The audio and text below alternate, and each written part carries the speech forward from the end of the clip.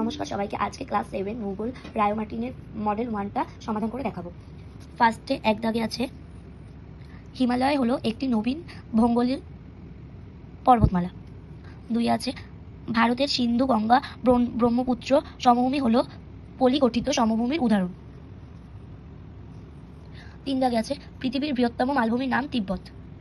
4 দাগে আছে হিমালয় পর্বতমালা থাকার জন্য সাইবেরিয়ার তীব্র ঠান্ডা বাতাসকে বাধা দিয়ে ভারতে শীতের তীব্রতা কমিয়ে দেয়। 5 দাগে আছে বেশিরভাগ মালভূমি অঞ্চল প্রচুর খনিজ সম্পদে সমৃদ্ধ। 6 আছে কোশি নদী গঙ্গার নদীর উপনদী। 7 দাগে আছে শুষ্ক অঞ্চলের সুগভীর গিরিখাতকে ক্যানিয়ন বলা হয়। 8 দাগে আছে যে নদী একাধিক দেশের মধ্যে দিয়ে প্রবাহিত হয় তাকে আন্তর্জাতিক নদী বলে। 9 দাগে আছে পৃথিবীর বৃহত্তম নদী আমাজনে কোনো বদ্বীপ নেই। 10 আছে সারা বছর যে নদীতে জল থাকে না তাকে অনিত্যবাহু নদী বলে। এবারে 2 চলে এসেছি। 2 ফার্স্টেরটা হবে অশুদ্ধ। এখানে বলেছে শুদ্ধ ও অশুদ্ধ নির্বাচন করো। ফার্স্টেরটা হবে ব্ল্যাক ফরেস্ট একটি আগ্নেয় পর্বত, এটা হবে অশুদ্ধ। তারপরটা মালভূমির উপরিভাগ ঢেউ খেলানো সমতল হয়, এটা হবে শুদ্ধ। তারপরটা ভূমি ঢাল বৃদ্ধি পেলে নদীর শক্তি কমে যায়, এটা হবে অশুদ্ধ। তারপরটা ব্যাসল্ট একটি পাললিক শিলার উদাহরণ, এটা হবে অশুদ্ধ। তারপরটা দক্ষিণ আফ্রিকার তৃণভূমির নাম ওয়েল্ড, এটা হবে শুদ্ধ। তারপর অ্যাটলাস পর্বতের সবচেয়ে উঁচু শৃঙ্গটি হলো মাউন্ট টৌবকল, এটা হবে শুদ্ধ। তারপরটা পর্বতের উপরের দিকে ছুচলো অংশটির নাম হলো পর্বত গ্রন্থি, এটা শুদ্ধ। তারপরে পাতগুলি অ্যাস্থনোস্ফিয়ারের ওপর ভাসমান অবস্থায় থাকে, এটা হবে শুদ্ধ। তারপরটা অনেকগুলি ছোট ছোট জলধারা প্রধান নদীতে মিশলে তাদের শাখা নদী বলে, এটা শুদ্ধ। প্রাচীনকালে টাইগ্রিস ইউফ্রেটিস নদীর ধারে চৈনিক সভ্যতা গড়ে উঠেছিল, এটা হবে অশুদ্ধ। 3 দাগে বাম স্তম্ভের সঙ্গে ডান স্তম্ভ মেলাও। ফার্স্টেরটা কঙ্গো নদী অববাহিকা, এটা হবে ঘন জঙ্গল চিরসবুজ। তারপরটা গ্রস্ত উপত্যকা, এটা হবে দুটি ফাটলের মধ্যবর্তী নিচু অংশ।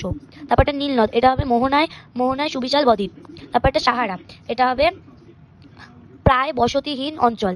তারপরটা কিলিমাঞ্জারো, এটা হবে বরফে ঢাকা শৃঙ্গ। এইবারে 4 চলে আসি। 4 আছে নিচের ছক থেকে ভৌগোলিক শব্দ খুঁজে বের করি।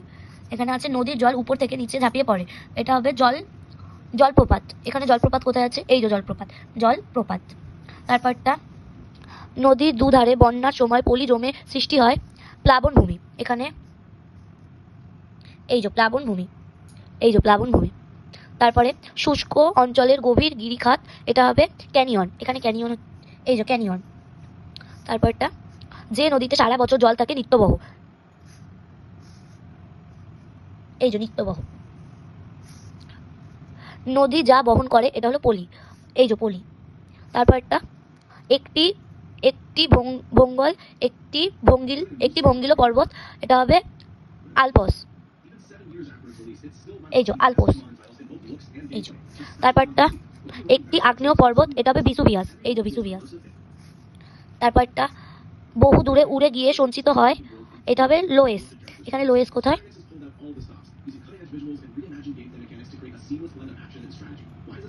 লোয়েস।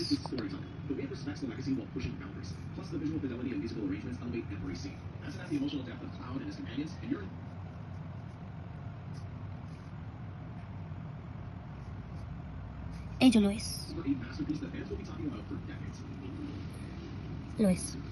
এই যে লোয়েস। তারপরটা আছে পৃথিবীর ছাদ, এটা হবে পমির, এই যে পমির। তারপরটা আছে দক্ষিণ আমেরিকার ভঙ্গলি পর্বত, এটা হবে আন্দিজ, এই যে আন্দিজ। হয়ে গেল। এবার 5 প্রথমেরটা আছে পর্বত বেষ্টিত মালভূমি ও ব্যবচ্ছিন্ন মালভূমির সৃষ্টি সম্পর্কে ছবি এঁকে ও উদাহরণ দিয়ে লেখো। এটার উত্তর আছে এই যে এখানটা লেখা আছে শিলা থেকে কি করে মাটি তৈরি, পুরো ধাপে ধাপে ভালোভাবে স্পষ্ট করে লেখা আছে, তোমরা কি নেবে। পরের প্রশ্নে চলে যাই। নীল নদের গতিপথ বর্ণনা করো। নীল নদের গতিপথ বর্ণনা করো। এটা আছে 275 পেজে। 100 পেজে। পর্বত বেষ্টিত মালভূমি। এখানে সংজ্ঞা আছে, সৃষ্টির কারণ আছে, বৈশিষ্ট্য আছে, উদাহরণ আছে। এতটা অবধি লিখবে, এতটা অবধি। এই যে ছবি আঁকা আছে, এই এখানটা লেখা আছে নীল, এটা এখান দিয়ে এতটা লিখবে। দৈর্ঘ্য লেখা আছে, গতিপথ এখান দিয়ে এতটা পর্যন্ত লিখবে। তারপরে লাস্ট কোশ্চেনটা আছে, আফ্রিকা মহাদেশের সম্পর্কে 3টি বিশেষ বৈশিষ্ট্য আলোচনা করো। এটা আছে পাঠ্য বইয়ের 102 পেজে।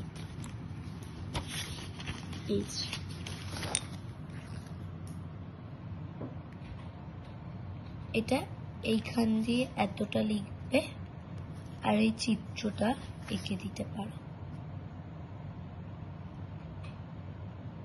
আছে ব্যবচ্ছিন্ন মালভূমি। এই যে ব্যবচ্ছিন্ন মালভূমি, এই যে সংজ্ঞা আছে, সৃষ্টির কারণ, এই যে ছবিটা,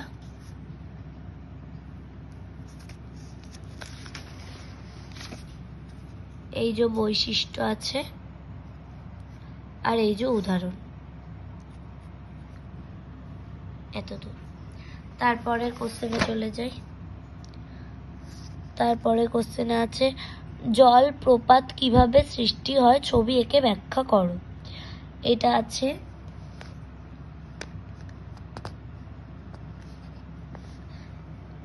আছে পাঠ্য বইয়ের 58 পৃষ্ঠায়।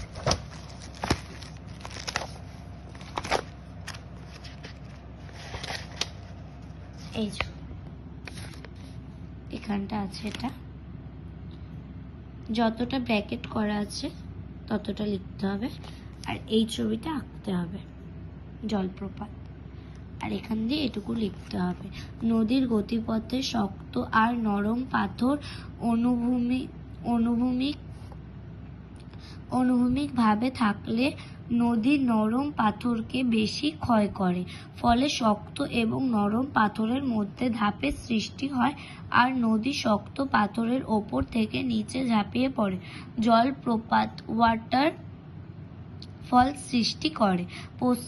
পশ্চিম ঘাট পর্বতের যোগ জলপ্রপাত 260 মিটার। এতটা লিখতে হবে, আর এই ছবিটা আঁকতে হবে।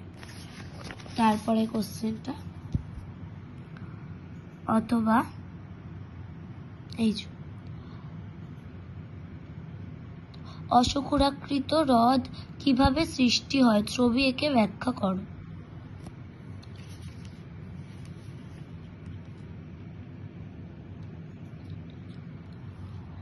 এটাও এখানেই আছে, এই যে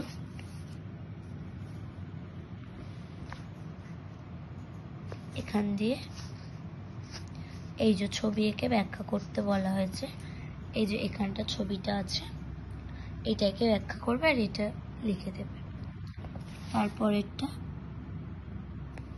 3 দাগে, আমাদের জীবনে নদীর প্রভাব কতখানি সংক্ষেপে আলোচনা করো। এটা আছে 127।